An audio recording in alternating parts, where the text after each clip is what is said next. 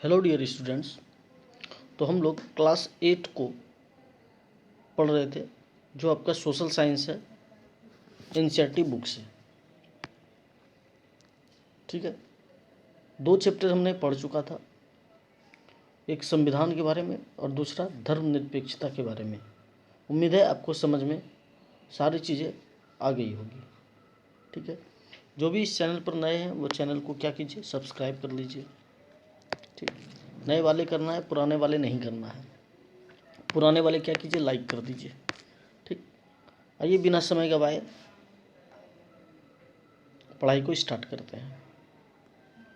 ठीक है, तो कह रहा है, यह चैप्टर 3 है आपका।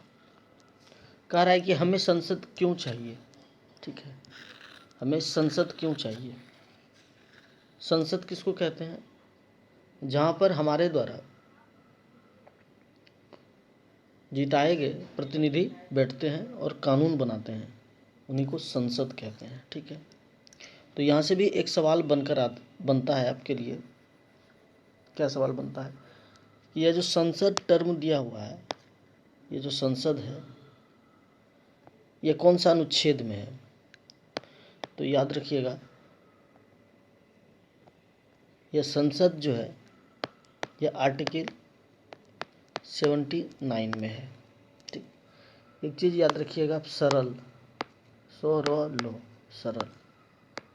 ठीक, संसद, राज्यसभा, लोकसभा, यह 79 में राज्यसभा हो जाएगा 80 में, 80 में, और लोकसभा हो जाएगा 81 में। ठीक, सरल। ठीक, संसद बनता है किससे, ये सब सारी चीज़ों को हम लोग क्या करेंगे, पढ़ेंगे आगे नहीं बताना है, नहीं तो होच पोच हो जाएगा। धीरे धीरे आर्टिकल आपको सारे मुंह पर याद हो जाएंगे। जैसे कि देखिए, संसद याद हो गया, संसद कितना में है, 79 में। संसद के बाद क्या आएगा, राज्यसभा। राज्यसभा किस में हो जाएगा, 80 में, और लोकसभा किस में हो जाएगा, 81 में। क्लियर है यहाँ तक, कोई दिक्कत। चलिए इसको आगे कंटिन्यू करते हैं। कह रहा है कि हम भारतीयों को इस बात का गर्व है कि हम एक लोकतांत्रिक व्यवस्था का क्या है, हिस्सा है। भारत में क्या है, लोकतंत्र है। यहाँ पर जनता का शासन चलता है। ठीक, जहाँ जनता का शासन चले उसको लोकतंत्र कहते हैं। इस अध्याय में हम निर्णय प्रक्रिया में सहभागिता, लोकतांत्रिक सरकार के लिए नागरिकों की सहमति के महत्व जैसे विचारों के आपसी संबंधों को समझने की क्या करेंगे, कोशिश करेंगे। ठीक, यही वे तत्व हैं जो सम्मिलित रूप से भारत में एक लोकतांत्रिक व्यवस्था का निर्माण करते हैं। ठीक है, क्या करते हैं, भारत में लोकतांत्रिक व्यवस्था का निर्माण करते हैं। इस बात की सबसे अच्छी अभिव्यक्ति संसद के रूप में मिलती है। ठीक, किसमें मिलती है, संसद में। इस अध्याय में हम यह देखेंगे कि किस तरह हमारी संसद देश के नागरिकों को निर्णय प्रक्रिया में हिस्सा लेने और सरकार पर अंकुश रखने में मदद करती है। इसी आधार पर भारतीय संसद भारतीय लोकतंत्र का सबसे महत्वपूर्ण प्रतीक और संविधान का केंद्रित्व है। ठीक, इन सब चीज़ों के बारे में हम लोग क्या करेंगे, पढ़ेंगे। तो यही है संसद, यही है संसद, ये है संसद। देखिए, संसद 2 चीज़ है, एक है संसद, एक है सांसद। जो इस संसद भवन के अंदर बैठते हैं, जो मतलब प्रतिनिधि, वो क्या होते हैं, सांसद होते हैं। देखिए, कह रहा है कि लोगों को फैसले क्यों लेना चाहिए। क्या कह रहा है, लोगों को फैसले क्यों लेना चाहिए। तब कौन लेगा फैसला, अगर लोग नहीं लेंगे तो राजतंत्र आ जाएगा, राजा लेने लगेगा। इसीलिए कह रहा है कि लोगों को फैसले क्यों लेना चाहिए। जैसा कि हम जानते हैं, क्या जानते हैं, भारत 15 अगस्त 1947 को आज़ाद हुआ। भारत कब आज़ाद हुआ, 15 अगस्त 1947 को हम लोग क्या हो गए, आज़ाद हो गए।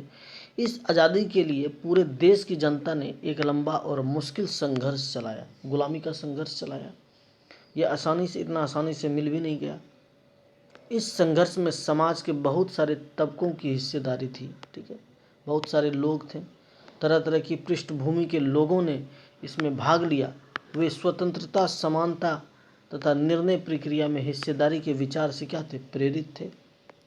औपनिवेशिक शासन के तहत लोग ब्रिटिश सरकार से भयभीत रहते थे। ठीक है, जब हम लोग गुलाम थे तो ब्रिटिश सरकार से क्या रहते थे? भयभीत रहते थे, डर से रहते थे। वे सरकार के बहुत सारे फैसले से असहमत थे। ठीक है, वह सरकार के फैसले से क्या थे? असहमत थे। लेकिन अगर वे इन फैसलों की आलोचना करते तो उन्हें भारी खतरों का सामना करना पड़ता था, क्योंकि हम लोग गुलाम थे, हम लोग का कुछ चलता नहीं था। स्वतंत्रता आंदोलन ने यह स्थिति बदल डाली। जब आंदोलन हुआ तो यह इसका कंडीशन क्या हो गया? चेंज हो गया। राष्ट्रवादी खुलेआम ब्रिटिश सरकार का आलोचना करने लगे और अपनी मांगे पेश करने लगे। राष्ट्रवादी जो था, ठीक है, वो क्या हो गए? अंग्रेजों का विरोध करने लगे।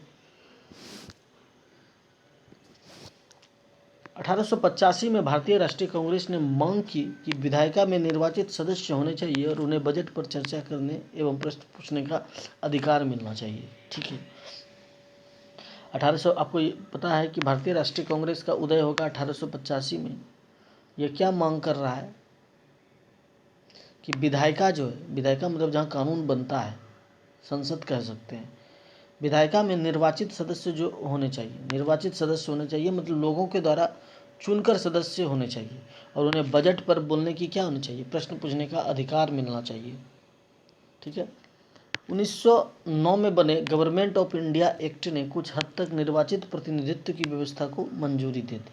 ठीक है, जब 1909 का अधिनियम आया, गवर्नमेंट ऑफ इंडिया एक्ट, तो कुछ हद तक निर्वाचित प्रतिनिधि की व्यवस्था को क्या दी? मंजूरी दे दी। देखिए यहाँ से क्वेश्चन निकलता है आपका, इस 1909 के अधिनियम को क्या कहते हैं? इसको बोलते हैं Morley Minto reform. Morley Minto अधिनियम या रिफॉर्म। ठीक, समझ गए? कोई दिक्कत यहाँ तक? एकदम आराम से धीरे धीरे पढ़ेंगे, जिससे इसको दोबारा नहीं पढ़ना पड़ेगा। दोबारा पढ़िएगा तो बहुत अच्छी बात है, लेकिन उस ढंग से पढ़ना है कि एक ही बार में सब कुछ क्या हो जाए? क्लियर हो जाए। हालांकि ब्रिटिश सरकार के अंतर्गत बनाई गई ये शुरुआती विधायिकाएं राष्ट्रवादी के बढ़ते जा रहे दबाव के कारण क्या हो गए? दबाव के कारण ही बनी थी। लेकिन इनमें भी सभी वयस्कों को ना तो वोट डालने का अधिकार दिया गया था और ना ही आम लोग निर्णय लेने में हिस्सा ले सकते थे। ठीक है, उसमें क्या था कि आप वोट नहीं डाल सकते, ना ही आम लोग निर्णय में क्या कर सकते? भाग ले सकते थे। यहाँ तक कोई दिक्कत? देखिए, जैसा कि आपने पहले अध्याय में पढ़ा, क्या पढ़ा? औपनिवेशिक शासन के अनुभव और स्वतंत्रता संघर्ष में तरह तरह के लोगों की हिस्सेदारी के आधार पर राष्ट्रवादियों को विश्वास हो गया था कि स्वतंत्र भारत में सभी लोग अपने जीवन को प्रभावित करने वाले फैसलों में हिस्से लेने की क्या रखते हैं? क्षमता लेते हैं। जो भी भारत में पैदा लिया है वह शासन में हिस्सा ले सकता है, फैसले में। स्वतंत्रता मिलने पर एक स्वतंत्र देश के नागरिक बनने वाले थे। जब स्वतंत्र हो जाएगा तो क्या हो जाएगा? वो स्वतंत्र देश के एक नागरिक बनने वाले थे।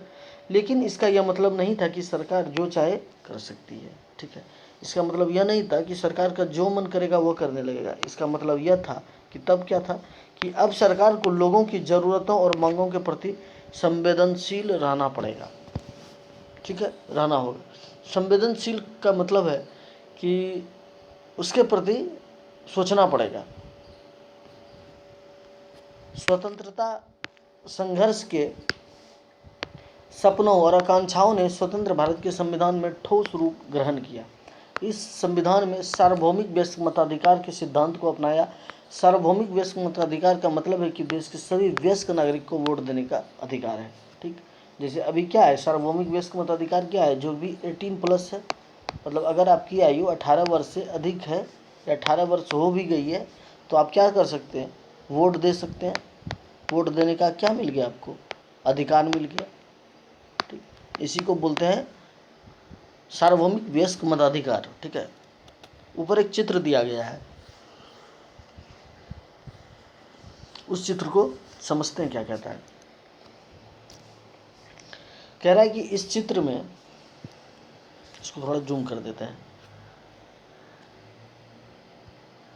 तो कह रहा है कि इस चित्र में मतदाता इलेक्ट्रॉनिक वोटिंग मशीन, जिसको ईवीएम बोलते हैं, ईवीएम के इस्तेमाल की विधि पढ़ रहा है। ईवीएम कैसे इस्तेमाल होता है इसका विधि पढ़ रहा है। 2004 के आम चुनाव में पहली बार पूरे देश में ईवीएम का इस्तेमाल किया गया।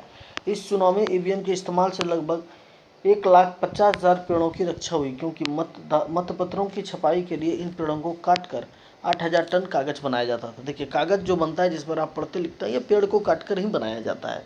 तो ईवीएम आने से क्या हो गया, पेड़ की कटाई बंद हो गया, पेड़ सुरक्षित होने लगा। ठीक, तो यहाँ पे एक क्वेश्चन निकल कर आया कि ईवीएम का फुल फॉर्म क्या होता है, इलेक्ट्रॉनिक वोटिंग मशीन। ठीक, इलेक्ट्रॉनिक वोटिंग मशीन। और सबसे पहले किस चुनाव में, आम चुनाव में इस्तेमाल हुआ, कहाँ, 2004 में। कहाँ इस्तेमाल हुआ है, कमेंट करके बताइए, समझ गए। ईवीएम का इस्तेमाल 2004 में हुआ, आम चुनाव में पहली बार किया गया। और ईवीएम का फुल फॉर्म क्या होता है, इलेक्ट्रॉनिक वोटिंग मशीन। क्लियर है। देखिए, दादाजी पढ़ रहे हैं कैसे कैसे घपला किया जाएगा। चलिए, अब क्या कह रहा है कि लोग और उनके प्रतिनिधि, लोग मतलब हम आप जैसे लोग, और हमारे प्रतिनिधि, सहमति का विचार लोकतंत्र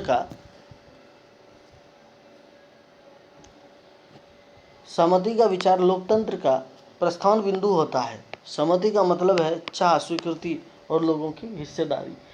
ठीक है, आप सहमत हैं, इसका मतलब आपका चाह भी है, उसके प्रति स्वीकृति भी है, और आपका हिस्सेदारी भी है।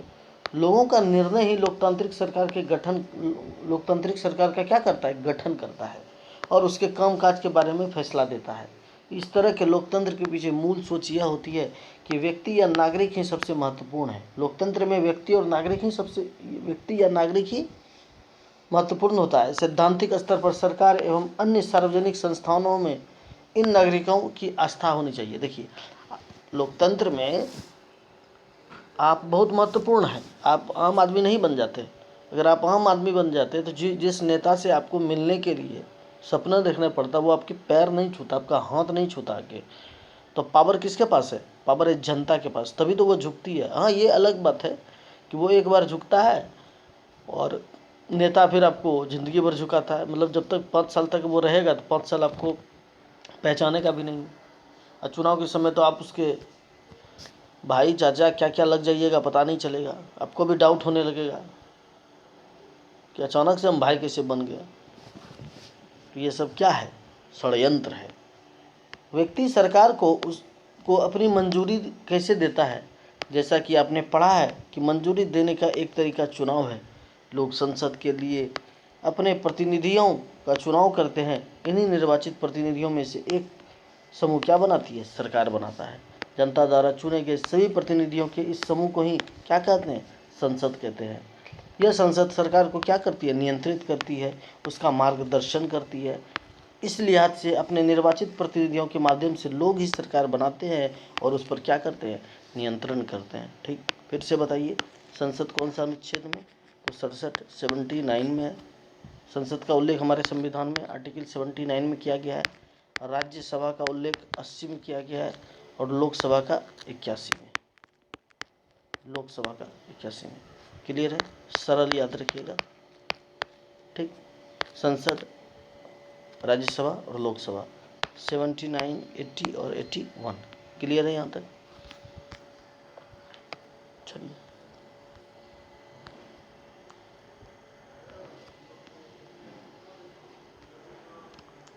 यहाँ तक समझ गए। देखिए, खूबसूरत सा ये संसद है।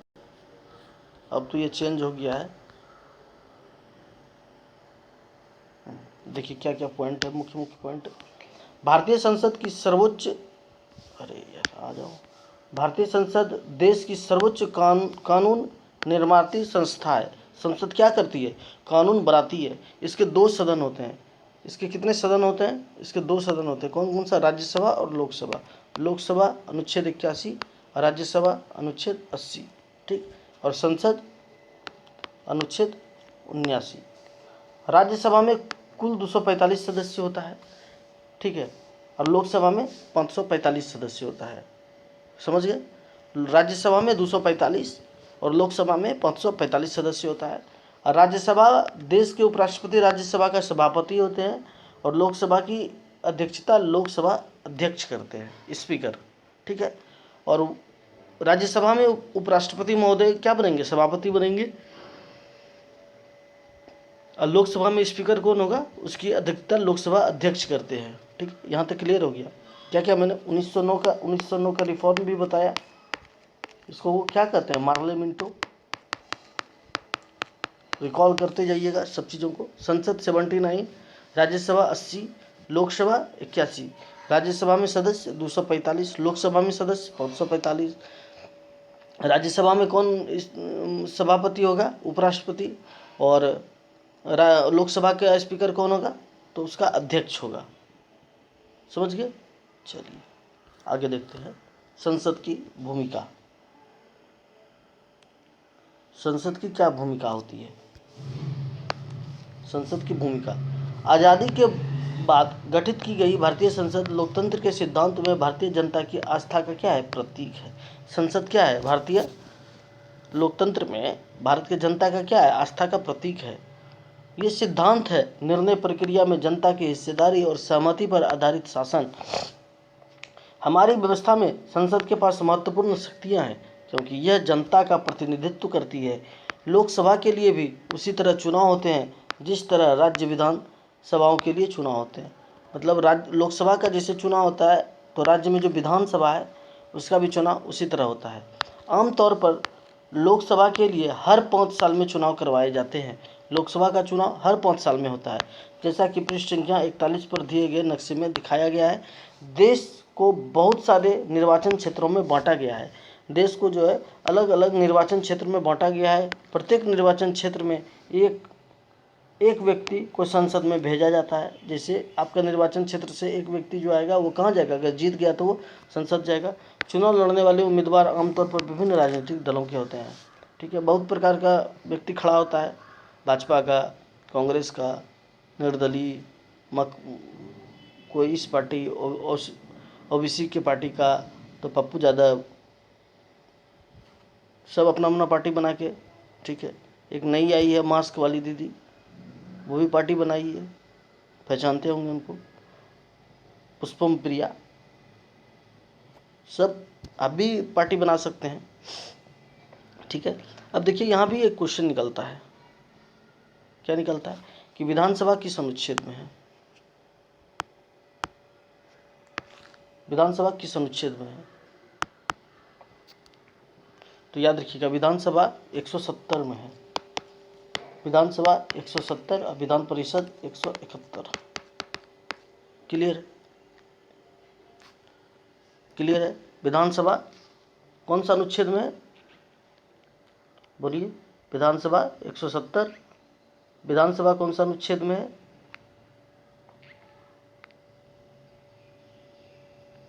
बताइए। विधानसभा 170 और विधान परिषद 171। क्लियर है? चलिए देखिए राजनीतिक दल कौन कौन सा है? भाजपा है, इंडियन नेशनल कांग्रेस है, INC है, द्रविड़ मुनेत्र कलगम DMK है। ये सब राजनीतिक दल है, ये सबको आप देख लीजिएगा, ठीक है। उतना इम्पोर्टेंट नहीं है, बहुत सारा राजनीतिक दल है।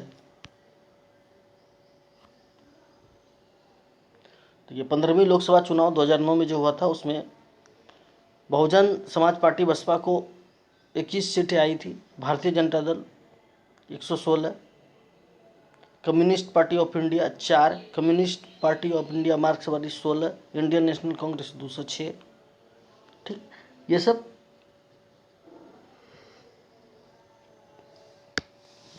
देखिए, यह है राजनीतिक दल और यह है क्षेत्रीय दल, ठीक। चलिए पढ़ते हैं इसको क्या है, कहाँ गया।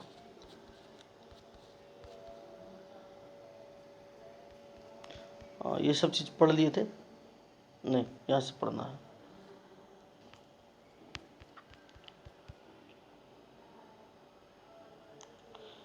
इन संसद को मिलाकर क्या बोला जाता है, इन संसद को मिलाकर संसद बनती है। संसद के चुनाव हो जाने के बाद संसद को निम्नलिखित काम करने होते हैं। क्या काम करने होते हैं? जब चुनाव जीत कर आदमी वहाँ चला जाएगा, क्या काम करेगा? राष्ट्रीय सरकार का चुनाव करना। भारतीय संसद में राष्ट्रपति के 2 सदन होते हैं, ठीक, राज्यसभा और लोकसभा। मतलब संसद किससे बनता है? सिंपल कह रहा है कि संसद बनता है 3, संसद के 3 ऑर्गन होते हैं, अंग होते हैं। कौन कौन सा? राज्यसभा, लोकसभा और राष्ट्रपति महोदय। इसी बातों को लिखा गया है कि भारतीय संसद में राष्ट्रपति के 2 सदन होते हैं, ठीक है। राष्ट्रपति के कितने सदन होते हैं? 2 सदन होते हैं। कौन कौन सा? राज्यसभा और लोकसभा। राज्यसभा से 80वें और लोकसभा 81 में। क्लियर है? लोकसभा के चुनाव के बाद सांसदों की एक सूची बनाई जाती है। जब चुनाव हो गया तब क्या करेगा? संसद का एक सूची बनाएगा। इससे पता चलता है कि किस राजनीतिक दल के कितने सदस्य हैं। इससे पता चलता है कि कांग्रेस से कितने हैं, आम आदमी पार्टी से कितने हैं, भाजपा से कितने हैं। यदि कोई राजनीतिक दल सरकार बनाना चाहता है तो उसे निर्वाचित संसद में बहुमत प्राप्त होना चाहिए। ऐसा नहीं है कि मुंह उठा के चले जाइए और अब सरकार बन जाइएगा। आपको वहाँ क्या सिद्ध करना पड़ेगा? बहुमत सिद्ध करना पड़ेगा। क्योंकि लोकसभा में कुल 543 निर्वाचित सदस्य और 2 मनोनीत सदस्य होते हैं। लोकसभा में टोटल सीट 545, लेकिन 543 प्लस 2 कौन है? मनोनीत, जिसको मनोनीत किया जाता है। इसीलिए बहुमत हासिल करने के लिए लोकसभा में किसी भी दल के पास कम से कम आधा से 1 अधिक होना चाहिए। कम से कम, ज़्यादा तो कितना भी ला सकते हैं। जैसे इस बार का क्या करें मोदी जी, 400 पार, तो 273 में सीट बन जाएगा, 273 आएगा, बन जाएगा। लेकिन चाहिए 400 पास, कम से कम 272 सदस्य होने चाहिए। काहे चाहिए 400? मनमानी कर सके, इसीलिए चाहिए। संसद में बहुमत प्राप्त करने वाले दल या गठबंधन का विरोध करने वाले राजनीतिक दल विपक्षी दल कहलाते हैं, ठीक है। जो आपका विरोध करेगा वो विपक्ष में चला जाएगा। जीत के गया लेकिन बहुमत साबित नहीं कर पाया तो कहाँ चला जाएगा? वो विपक्ष में चला जाएगा, ठीक। और लोकतंत्र में विपक्ष का जिंदा रहना बहुत जरूरी है। गलत, आपको आपके काम को गलत कहने वाला भी कोई होना चाहिए। सभी काम को नहीं, जो अच्छा काम है उसको अच्छा कहना चाहिए, लेकिन गलत जब तक नहीं कहेगा तो क्या हो जाएगा? मोनोपोली आ जाएगा, फिर राजतंत्र आ जाएगा। क्लियर है यहाँ तक? कार्यपालिका का चुनाव करना लोकसभा का एक महत्वपूर्ण काम होता है, ठीक है। लोकसभा का महत्वपूर्ण काम क्या है? कार्यपालिका का चुनाव करना। जैसा कि आपने पहले अध्याय में पढ़ा था कि कार्यपालिका ऐसे लोगों का समूह होता है जो संसद द्वारा बनाए गए कानून को लागू करने के लिए मिलकर काम करता है, ठीक। जब हम सरकार शब्द का इस्तेमाल करते हैं तो हमारे जहन में अक्सर कार्यपालिका होती है, ठीक। सरकार का मतलब क्या होती है? कार्यपालिका, ठीक। 3 चीज़ें होती है, विधायिका, कार्यपालिका और न्यायपालिका। विधायिका क्या करेगा? कानून बनाएगा। उस कानून को इम्प्लीमेंट कौन करेगा? कार्यपालिका, ठीक। और न्यायपालिका क्या करेगा? जस्टिस करेगा, समीक्षा करेगा कि बात सही है कि गलत है। क्लियर है? चलिए, भारत का प्रधानमंत्री लोकसभा में सत्ताधारी दल का मुखिया होता है। जैसे कि आप बहुमत सिद्ध कर दिए, ठीक। उसमें से आप किसी एक नेता को क्या बोलिएगा कि यह हमारा नेता है, बहुमत दल का नेता है, वही क्या बन जाएगा? प्रधानमंत्री। प्रधानमंत्री अपने दल के सांसदों में से मंत्रियों का क्या करता है? फिर प्रधानमंत्री क्या करेगा? मंत्री का चुनाव करेगा। विदेश मंत्री, राज्य मंत्री, श्रम मंत्री, कपड़ा मंत्री, रोड मंत्री, ये सब बनाएगा। जो प्रधानमंत्री के साथ मिलकर फैसलों को लागू करता है, ये सब क्या करेगा? प्रधानमंत्री के साथ, प्रधानमंत्री की सभी बातों में हाँ में हाँ मिलाएगा। यह मंत्री स्वास्थ्य, शिक्षा, वित्त इत्यादि विभिन्न सरकारी कार्यों का जिम्मा संभालते हैं, ठीक है। ये लोग क्या करता है? इन सभी जो विभाग उसको देगा, उस विभाग का क्या करेगा? देखरेख करेगा। हाल के सालों में कई बार हाल के सालों में कई बार किसी एक राजनीतिक दल को बहुमत नहीं मिल पाता है, तो क्या करता है, सरकार बनाने के लिए एकदम जरूरी है क्या, बहुमत तो जरूरी है। ऐसी सूरत में कई राजनीतिक दल मिलकर एक गठबंधन सरकार बना लेते हैं और साझा मुद्दे पर काम करते हैं। ठीक है, जैसे किसी को बहुमत नहीं मिला, आधा से अधिक सीट किसी 273 सीट किसी को नहीं आया, तो सीट तो पुराना है, तो क्या करेगा, छोटे छोटे दल से गठबंधन कर लेगा, सहयोग कर देगा, गाँव मंत्री बना देंगे। ठीक, फिर वो लोग क्या करेंगे, गठबंधन कर लेंगे, और गठबंधन करके क्या करेंगे, सरकार बना लेंगे। यहाँ तक क्लियर है, कोई दिक्कत समझने में किसी प्रकार का? देखिए क्या है, केंद्रीय सचिवालय की ये दो मुख्य इमारतें हैं, इनमें से एक का नाम क्या है, साउथ ब्लॉक, और दूसरी का नाम क्या है, नॉर्थ ब्लॉक। जो दक्षिण में है साउथ, जो ऊपर में है उत्तर में है वो नॉर्थ ब्लॉक। इसका निर्माण कब हुआ था, 1930 के दशक में किया गया था। बाईं ओर साउथ ब्लॉक का चित्र है, जिसमें प्रधानमंत्री कार्यालय, रक्षा मंत्रालय और विदेश मंत्रालय के दफ्तर है, और दाईं ओर नॉर्थ ब्लॉक है, जहाँ वित्त मंत्रालय और गृह मंत्रालय स्थित है। केंद्र सरकार के अन्य मंत्रालय नई दिल्ली की विभिन्न इमारतों में क्या स्थित है। अब ये सब चेंज हो चुका है। ठीक है, चलिए आगे पढ़ते हैं अब राज्यसभा के बारे में।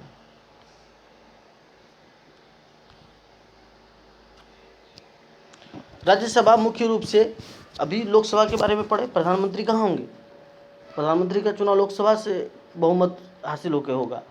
राज्यसभा मुख्य रूप से देश के राज्यों का प्रतिनिधि के रूप में काम करती है। ठीक है, राज्यसभा भी कई कानून बनाने का क्या करती है, प्रस्ताव पेश कर सकती है। किसी विधेयक को कानून के रूप में लागू करने के लिए यह जरूरी है कि उसे राज्यसभा की भी मंजूरी मिल चुकी है। ऐसा नहीं है कि विधायिका लोकसभा में कानून बना और पारित हो गया और आप कानून बना दीजिएगा, नहीं, लोकसभा से उठकर कहाँ जाएगा, राज्यसभा में। अभी पढ़िएगा संपूर्ण बातों को, कैसे क्या होता है। देखिए, कानून बनने का काम लोकसभा से स्टार्ट होगा, लोकसभा में पास हो गया, ठीक है, और चला गया कहाँ, राज्यसभा में। अब राज्यसभा में भी मंजूरी मिलना चाहिए। इस प्रकार राज्यसभा का भी बहुमत होती है। संसद का यह सदन लोकसभा द्वारा पारित किए गए कानून की क्या करता है, समीक्षा करता है, और अगर ज़रूरत हुई तो इसमें क्या कर सकता है, संशोधन भी कर सकता है। राज्यसभा बताएगा नहीं नहीं नहीं नहीं, लोकसभा को देखिए ये जो है ये काम गड़बड़ कर दिए, इसमें संशोधन कीजिए, इसके जगह पे ये कीजिए, यह क्या कर सकती है, संशोधन कर सकती है। राज्यसभा के सदस्यों का चुनाव विभिन्न राज्यों की विधानसभाओं के निर्वाचित सदस्य करते हैं। ठीक, मनोनीत नहीं, निर्वाचित सदस्य राज्य का विधानसभा में, ठीक, निर्वाचित सदस्य क्या करेंगे, चुनाव करेंगे।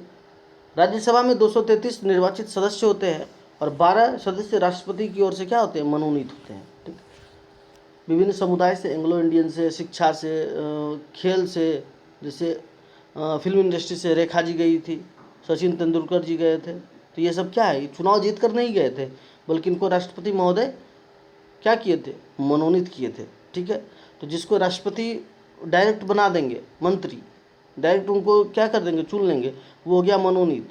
ठीक, निर्वाचित जो चुनाव जीत कर आते हैं। तो विधानसभा में 243 निर्वाचित और 12 सदस्य राष्ट्रपति की ओर से मनोनीत। तो टोटल कितना हो गया, 3 2 5, 245। क्लियर है, चलिए समझ गए। लोकसभा में कानून बना, उसका समीक्षा कौन करेगा, राज्यसभा। सरकार को नियंत्रित करना, मार्गदर्शन देना और जानकारी देना। जब संसद का सत्र चल रहा होता है तो उसमें सबसे पहले प्रश्नकाल होता है। संसद के सदन स्टार्ट होने से पहले क्या होता है, प्रश्नकाल होता है। ठीक है, संसद का सदन जब स्टार्ट होगा तो प्रश्नकाल से स्टार्ट होगा। प्रश्नकाल में क्या होता है, तो प्रश्नकाल में एक महत्वपूर्ण व्यवस्था है, इसके माध्यम से संसद सरकार के कामकाज के बारे में जानकारी हासिल कर सकता है। जब प्रश्नकाल चल रहा होगा तो सांसद जो है जो चुनकर गया है वह जानकारी इकट्ठा कर सकता है। क्या जानकारी, इसके जरिए संसद कार्यपालिका को नियंत्रित करती है। ठीक है, उसके सवाल जवाब करेगा तो नियंत्रित में आएगा ही ना। कैसे, सवालों के माध्यम से सरकार को उसकी खामियों के प्रति आगाह किया जाता है। कहा जाता है देखिए वो जो पुल बना रहे हैं वो गिरने वाला है, उसको सुधारिए। रोड जो बना रहे हैं गलत ढंग से बना रहे हैं, उसको देखिए। शिक्षा विभाग में ये दिक्कत है, स्वास्थ्य विभाग में ये दिक्कत है। लेकिन ऐसा कम होता है कि ये सब बात होता है, तब तो देश बदल जाएगा। जनता के प्रतिनिधियों यानी सांसदों के जरिए जनता की राय जानने का मौका मिलता है। सरकार से सवाल पूछना किसी भी सांसद की बहुत महत्वपूर्ण जिम्मेदारी होती है। ठीक है, संसद का काम क्या है? सरकार से सवाल पूछना। लोकतंत्र के स्वास्थ्य संचालन में विपक्षी दल एक अहम भूमिका निभाता है। वे सरकार की नीतियों और कार्यक्रमों की कमियों को सामने लाते हैं और अपनी नीतियों के लिए जन समर्थन जुटाते हैं। ठीक, देखिए विपक्ष का काम है क्या करना? सरकार की बुराई को दिखाना, लेकिन यहाँ क्या है, सब बुराई ये दिखाएगा, इसीलिए दब जाता है। आप जो ऑथेंटिक काम है उसकी समीक्षा, उसको बारे में बताइए कि नहीं ये सही है, लेकिन आपको यह भी दिखाना है कि आप यहाँ गलत कर रहे हैं, तो गलत पे पूर्ण रूपेण विरोध भी होना चाहिए। क्लियर है यहाँ तक? ठीक, देखिए संसद में प्रश्न कैसे पूछा जाता है, तारांकित अतारांकित होता है, उन सब बातों को धीरे धीरे हम लोग पढ़ेंगे तो समझ जाएंगे। अभी कैसे कानून बनता है समझ गए। लोकसभा में गया, लोकसभा से कहाँ जाएगा? राज्यसभा में, राज्यसभा से कहाँ जाएगा? राष्ट्रपति के पास, वो भी पढ़िएगा। ठीक,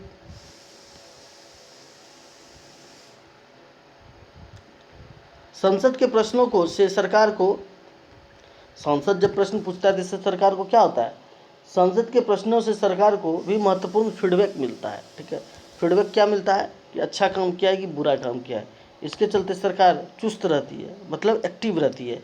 इसके अलावा वित्त से संबंधित सभी मामले संसद की मंजूरी सरकार के लिए एक महत्वपूर्ण होती है। यह उन कई तरीकों से भी एक है जिसके माध्यम से संसद सरकार को क्या करती है? नियंत्रित करती है, उसका मार्गदर्शन करती है और उसको सूचित करती है। जनप्रतिनिधियों के रूप में संसद को नियंत्रित, निर्देशित और सूचित करने में सांसदों की एक अहम भूमिका होती है और यह भारतीय लोकतंत्र का एक मुख्य आयाम है। ठीक है, मुख्य स्तंभ है। सांसद का क्या है?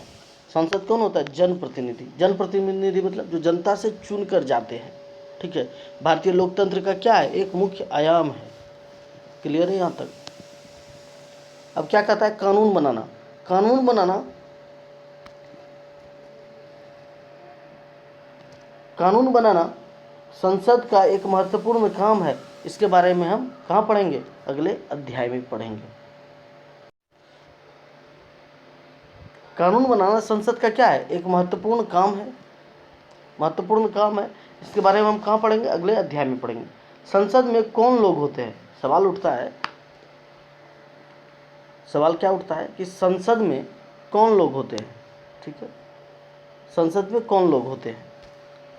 संसद में विभिन्न पृष्ठभूमि वाले लोगों की संख्या बढ़ती जा रही है। उदाहरण के लिए अब ग्रामीण पृष्ठभूमि वाले सदस्यों की संख्या पहले से क्या हो गई? ज़्यादा हो गई। बहुत सारे क्षेत्रीय दलों के सदस्य भी अब बढ़ गए हैं। जिन समूहों और तबकों का अब तक संसद में कोई प्रतिनिधित्व नहीं था, वे आम चुनाव जीत कर आने लगे हैं, मतलब लोग एक्टिव हो गए। दलित और पिछड़े वर्ग, दलित मतलब शोषित, जिसको समाज के मुख्य धारा से क्या है? बहुत पीछे है। राजनीतिक हिस्सेदारी भी बढ़ रही है। निम्नलिखित तालिका से पता चलता है कि अलग अलग सालों में लोकसभा के लिए वोट डालने वाले आबादी का प्रतिशत कितना है। ठीक है, जैसे पहली लोकसभा 1951 से 52 में हुआ था, उसमें मतदान का प्रतिशत कितना था? 61.16। और जब चौथा आया 1967 में, तो उसमें 61.33, कुछ बढ़ा। फिर 71 में क्या हो गया? घट गया, 55.29 हो गया। और 77 में 60.49, फिर बढ़ा, फिर घटा, फिर धीरे धीरे 67.11 तक गया है। कब? 17वीं लोकसभा में। ये दिखा रहा है। देखने में आया कि प्रतिनिधि मूलक लोकतंत्र अपने समाज को पूरी तौर पर सही ढंग से प्रतिनिधित्व नहीं कर सकता। यह बात साफ दिखाई देने लगी कि जब हमारे हित और अनुभव अलग अलग होते हैं तो एक समूह के व्यक्ति सबके हित में आवाज़ नहीं उठा सकते। इसी बात को ध्यान में रखते हुए संसद में कुछ सीटें अनुसूचित जाति SC और अनुसूचित जनजाति ST के लिए क्या किया गया? आरक्षित कर दिया गया। ऐसा इसलिए किया गया है ताकि इन चुनाव क्षेत्रों से केवल दलित और आदिवासी उम्मीदवार ही जीते और संसद में उनकी भी उचित हिस्सेदारी हो। जो मुख्य धारा से पीछे चले गए हैं उनका बात करने वाला भी तो कोई होना चाहिए। उनसे उम्मीद की जाती है कि वे दलित और आदिवासियों की ज़िंदगी से जुड़े मुद्दे को ज़्यादा अच्छी तरह संसद में क्या कर सकते हैं? उठा सकते हैं। इसी प्रकार हाल ही में महिलाओं के लिए भी सीटों का क्या किया गया? आरक्षण का सुझाव पेश किया गया है। इस सवाल पर अभी भी बहस जारी है। महिला के आरक्षण पे क्या है, बहस जारी है। 60 साल पहले संसद में केवल 4% महिलाएं थी, आज भी इनकी संख्या 11% से जरा सी ऊपर गई है। ठीक है, महिला का भी होना चाहिए, तभी तो महिला आगे बढ़ेगी। जब आप इस बात पर ध्यान देते हैं कि आधी आबादी औरतों की है, ठीक है, जितना पुरुष है उतना तो महिला भी है, तो ये साफ हो जाता है कि संसद में उन्हें बहुत कम जगह मिला है। तो फिर यह भेदभाव क्यों, उनका प्रतिनिधि संसद में क्यों नहीं जाएगा? इसीलिए आप देखते हैं आम चुनाव में क्या होता है, जैसे गांव में मुखिया तुखिया का चुनाव होता है, सरपंच का चुनाव होता है, उसमें सीट आरक्षित कर जाती है कि महिला उम्मीदवार ही खड़ा होगी। ठीक है, उम्मीदवार कौन खड़ा होगी, महिला। जीतती कौन है, महिला, लेकिन मुखिया कौन कहलाता है, उसका पति। अरे वो मुखिया पति है, वो मुखिया नहीं है, और लोग उसी को सलामी ठोकता है, प्रणाम मुखिया जी, प्रणाम मुखिया जी। अरे वो मुखिया है ही नहीं, वो तो मेरे और आपके जैसा आम जनता है।